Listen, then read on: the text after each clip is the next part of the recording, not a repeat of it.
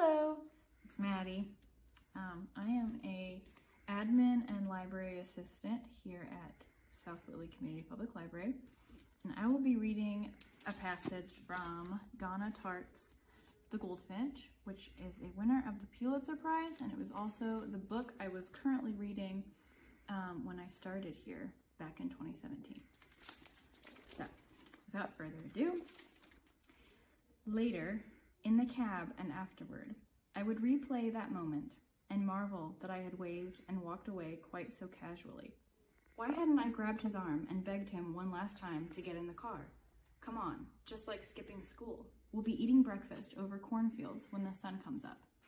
I knew him well enough to know that if you asked him the right way at the right moment, he would do almost anything.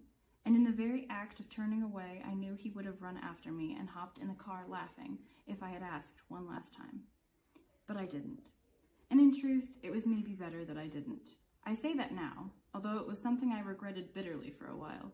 More than anything, I was relieved that in my unfamiliar babbling and wanting to talk state, I had stopped myself from blurting the thing on the edge of my tongue, the thing I had never said, even though it was something we both knew well enough without me having to say it out loud to him in the street, which was, of course, I love you.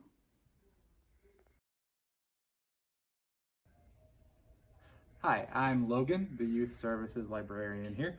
I am going to be reading from the very beginning of Tomi Adeyemi's book, Children of Blood and Bone, which is a YA fantasy. So here we go. This is the very beginning of chapter 1. Pick me. It's all I can do not to scream. I dig my nails into the marula oak of my staff and squeeze to keep from fidgeting. Beads of sweat drip down my back, but I can't tell if it's from dawn's early heat or from my heart slamming against my chest. Moon after moon, I've been passed over. Today can't be the same.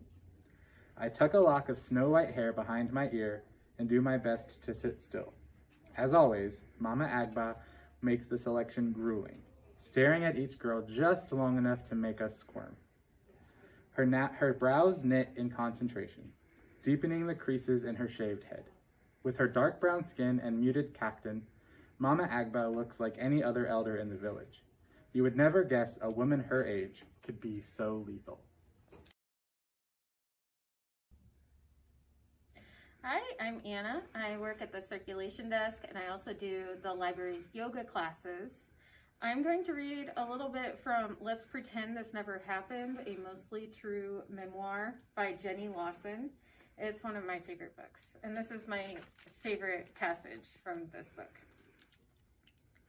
This is in response to the author's father having played a lot of tricks on the kids as they were growing up.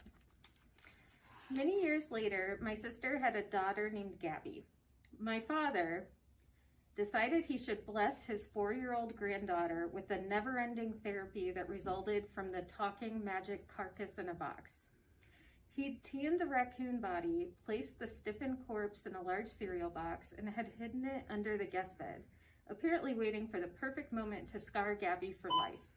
And then he forgot all about it.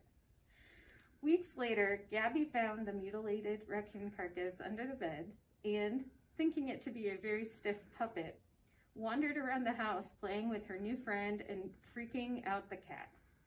She crept into my father's room where he was taking a nap and quietly laid the dead raccoon on my father's pillow, like a message from the Godfather. The dead raccoon's shriveled paw gently grazed my father's sleeping face as Gabby moved the raccoon closer so it could give her grandfather an Eskimo kiss. "Pawpaw," she whispered sweetly, "wake up and say hello." This is the point where my dad screamed, and then Gabby screamed at his screaming, and she threw her hands up, and the dead raccoon went flying across the room into the kitchen and landed on my sister's foot. A normal person would have passed out or at least yelled, "What the?" But at that point in her life, flying dead raccoons and screaming people in the house were pretty much normal. So Lisa shrugged and went back to making her Pop-Tart. Hi, my name is Allie, and I am a circulations clerk at the library. And this is one of my favorite books, The Notebook by Nicholas Sparks, and these are my favorite paragraphs. My life, it isn't easy to explain. It has not been the rip-roaring spectacular I fancied it would be, but neither have I burrowed around with the Gophers. I suppose it has been most resembled a blue chip stock, fairly stable, more ups than downs, and gradually trending upward over time. A good buy, a lucky buy, and I've learned that not everyone can say this about his life. But do not be misled. I am nothing special. Of this I am sure. I am a common man with common thoughts, and I've led a common life. There are no monuments dedicated to me, and my name will soon be forgotten. But I've loved another with all my heart and soul, and to me, this has always been enough. The romantics would call this a love story. The cynics would call it a tragedy. In my mind, it's a little bit of both, and no matter how you choose to view it in the end, it does not change the fact that it involves a great deal of my life and the path I've chosen to follow. I have no complaints about my path and the places it has taken me. Enough complaints to fill a circus tent about other things, maybe, but the path I've chosen has always been the right one, and I wouldn't have had it any other way.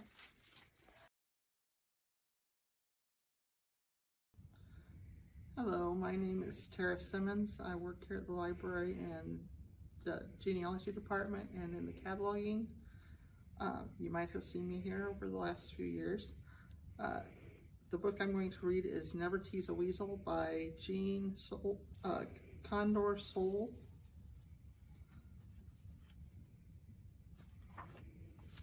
You can knit a kitten mittens, and perhaps that cat would purr. You could fit a fox with socks that exactly match his fur. You could make a goat a coat with a collar trimmed in mink, or give a pig a wig in a dainty shade of pink.